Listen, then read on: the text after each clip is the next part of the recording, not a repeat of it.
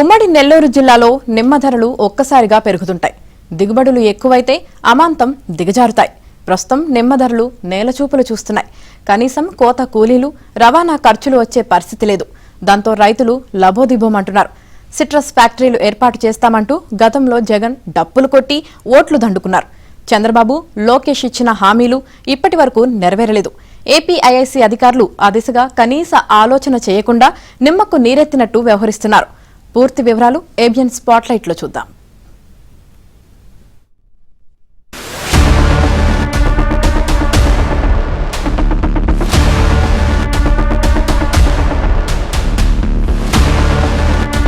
ఉమ్మడి నెల్లూరు జిల్లాలో పొదలకూరు, గూడూరు ప్రాంతాలు నిమ్మ మార్కెట్ కు ప్రసిద్ధి చెందాయి. పొదలకూరు, గూడూరుతో పాటు సైదాపురం, కలువాయి, చేజర్ల, రాపూరు, దక్కిలి, బలాయపల్లి, వెంకటగిరి, ఓజలి ప్రాంతాల నుంచి నిమ్మకాయలు మార్కెట్లోకి వస్తూ ఉంటాయి. కల్గిరి, వింజమూరు, కొండాపురం, వరికుంటపాడు ప్రాంతాల నిమ్మ ఉత్పత్తులు ఆయా ప్రాంతాల లోకల్ మార్కెట్లలో అమ్మకాలు జరుపుతూ ఉంటారు. పొదలకూరు, గూడూరు మార్కెట్లలో ధరలను బట్టి ప్రాంతీయంగా వారికి ధరలు ఉంటూ ఉంటాయి.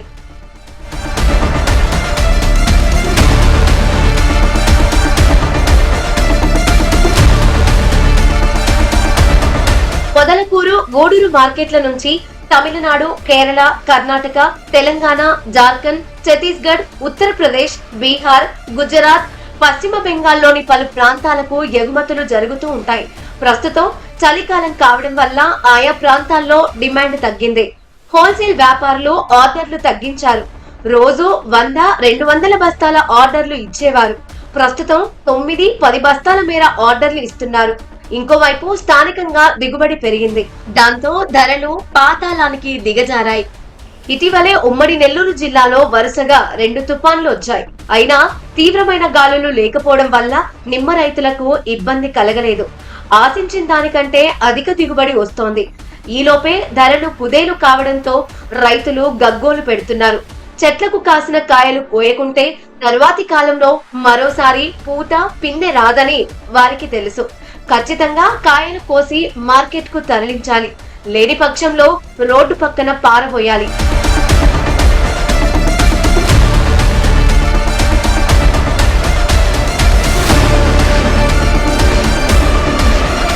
ప్రస్తుతం పొదలకూరు, గూడూరు మార్కెట్లకు రోజు 25 లారీల సరుకు వస్తోంది.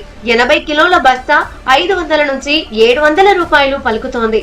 రైతులు బస్తా నిమ్మకాయలు కొయ్యాలంటే 2 కూలీలు అవసరం. వారికి 600 రూపాయల కూలీ చెల్లించాల్సి ఉంటుంది. బస్తా మార్కెట్ కు చేరాలంటే 100 రూపాయల రవాణా ఖర్చు అవుతుంది. మార్కెట్ లో బస్తా కేవలం 500 రూపాయలకు అమ్ముడవుతోంది. దాంతో బస్తాకు 200 రూపాయల నష్టం వస్తోందని రైతులు వాపోతున్నారు. ఇదే దిగుబడి వేసవి కాలంలో వస్తే తామంతా కోటీశ్వరులం అయిపోతామని రైతులు అంటున్నారు. నిమ్మ రైతుకి రేట్లు ఆశాజనకంగా లేవు.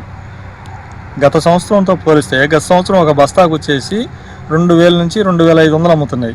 ఈ సంవత్సరం 600-700 అమ్ముతున్నాయి. ఒక బస్తా కొయ్యాలి అంటే 600 రూపాయలు కూలీ, ఆటో ఛార్జీ వచ్చేసి ఒక 100-700 అవుతుంది.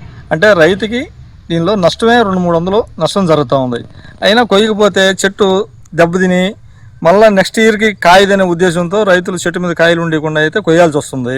కానీ ప్రభుత్వం దీనికైనా స్పందించి రైతుకి న్యాయం జరిగే విధంగా ఉపాధి కూలీలనైనా దీనికి మళ్ళీ ఏర్పాటు చేసే విధంగా కానీ ప్రభుత్వం ఆలోచించి అయితే రైతుకి మేలు చేసిన వాళ్ళు అవుతారని నేను భావిస్తున్నాను. దిగుబడి ఎక్కువగా రావడం, జాతీయ మార్కెట్లలో డిమాండ్ లేకపోవడం వల్ల వ్యాపారులు కూడా నష్టపోతున్నారు. ఇప్పుడు రైతు నుంచి కొనుగోలు చేయకుంటే సీజన్ లో తమకు నిమ్మకాయలు ఇవ్వరన్న భయంతో కొనుగోలు చేసి తీరుతున్నారు. ఎగుమతులు, కూలీలు, రవాణా, ఇతరత్ర ఖర్చుల వల్ల తాము ఒక్కో బస్తాకి 300 రూపాయలు నష్టపోతున్నామని వారు వాపోతున్నారు.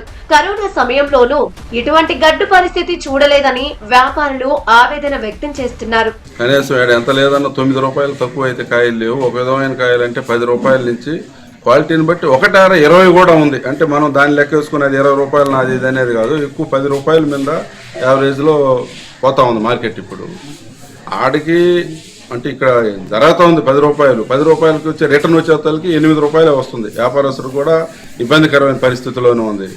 రైతు ఇంకా ఇది రైతుకి ఏమవుతుందంటే నాకు కోత కూలి కూడా రావడం లేదు. ఏదో నేను కోసుకుంటే సరిపోతుంది కానీ నాతోటి ఇంకో మనిషిని తీసుకుపోయి కూలి ఇవ్వాలంటే మాత్రం చేతి పడుతుంది. ఈ ట్రాన్స్పోర్ట్ కూలీ లెక్క వేసుకొని రైతు వ్యాపారస్తులు చూస్తే వ్యాపారస్తులు కూడా ఈ ట్రాన్స్పోర్ట్ అన్నీ చూసుకొని లాస్ట్లో ఆయనకి ఒక బస్తా మీద 100 రూపాయల నుంచి 200 రూపాయలు నష్టపోతా. వ్యాపారస్తుల పరిస్థితి కూడా ఎక్కడ సరిగా లేదు. అన్ని మార్కెట్లలో కాయలు ఉన్నాయి. ఏ ప్రాంతానికి పోయినా మంచుకు ఎవరో 15-20 బస్తాలు కొనేవాడు కూడా కొనుగోలుదారుడు ఒక బస్తా 2 బస్తాలు ఎత్తుకోబోతుండు. సిట్రస్ ఫ్యాక్టరీలు ఏర్పాటు చేయడానికి ఈ ప్రాంతం ఎంతో అనుకూలం. నిమ్మ దిగుబడి పెరిగి ధరలు తగ్గినప్పుడు అధిక లాభాలు ఆర్జించేందుకు అదో మార్గంగా భావించొచ్చు. మన దేశంలోని వేరే ప్రాంతాలతో పాటు విదేశాలకు కూడా ఎగుమతి చేయొచ్చు. రైతులకు అధిక ధరలు చెల్లించాలని వ్యాపారులపై రెవెన్యూ అధికారులు ఒత్తిడి చేస్తున్నారు.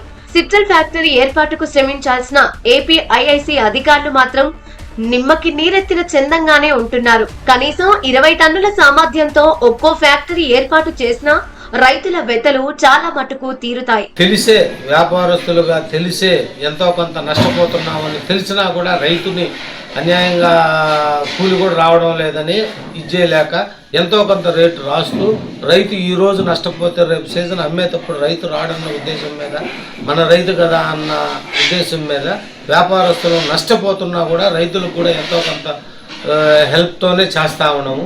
దీనికి ప్రభుత్వం ఏదైనా స్పందించి ఈ పొదలకూరు ఏరియాలో మినిమం ఒక 10 నుంచి 20 టన్నులు ఒక ఫ్యాక్టరీ సిట్రస్కి సంబంధించి ఏదైనా ఒక బలమైన ఫ్యాక్టరీ పడి దాంట్లో పాలని పొడిగా తయారయ్యే విధంగా చేస్తాము. అదేవిధంగా సిట్రస్ను కూడా ఈ సిట్రస్ పొడిని తయారు చేసి ఎక్స్పోర్ట్ చేసి ఆ నిల్వ ఉండే విధంగా ఇటువంటి తక్కువ టైంలో ఇచ్చేస్తే ఇటు వ్యాపారస్తులు రైతులు అందరికీ ప్రయోజనకరంగా ఉంటుంది. జగన్ తన పాదయాత్రలో ఈ అంశాన్ని బాగా వినియోగించుకున్నారు. సిట్రస్ ఫ్యాక్టరీలు ఏర్పాటు చేస్తామంటూ 2014-2019 ఎన్నికల్లో ఓట్లు కొల్లగొట్టుకున్నారు. తీరా అధికారంలోకి వచ్చాక ఏరు దాటే వరకు ఏటి మల్లన్న, ఏరు దాటాక బోడి మల్లన్న అనే సామెత చందాన్ని నిరూపించారు. 2024 ఎన్నికల సమయంలో ప్రస్తుత సీఎం చంద్రబాబు, మంత్రి లోకేష్ ఫ్యాక్టరీనా అదెంత పని చిటికెలో చేసి చూపుతామంటూ బీరాలు పోతూ హామీలు గుప్పించారు. ఇప్పటికైతే ఆ హామీలు నెరవేర్చనే లేదు. ఇకనైనా హామీలు నెరవేరుస్తారా? నిమ్మ రైతులని నిజంగా ఆదుకుంటారా అనేవి $1 మిలియన్ ప్రశ్నలే.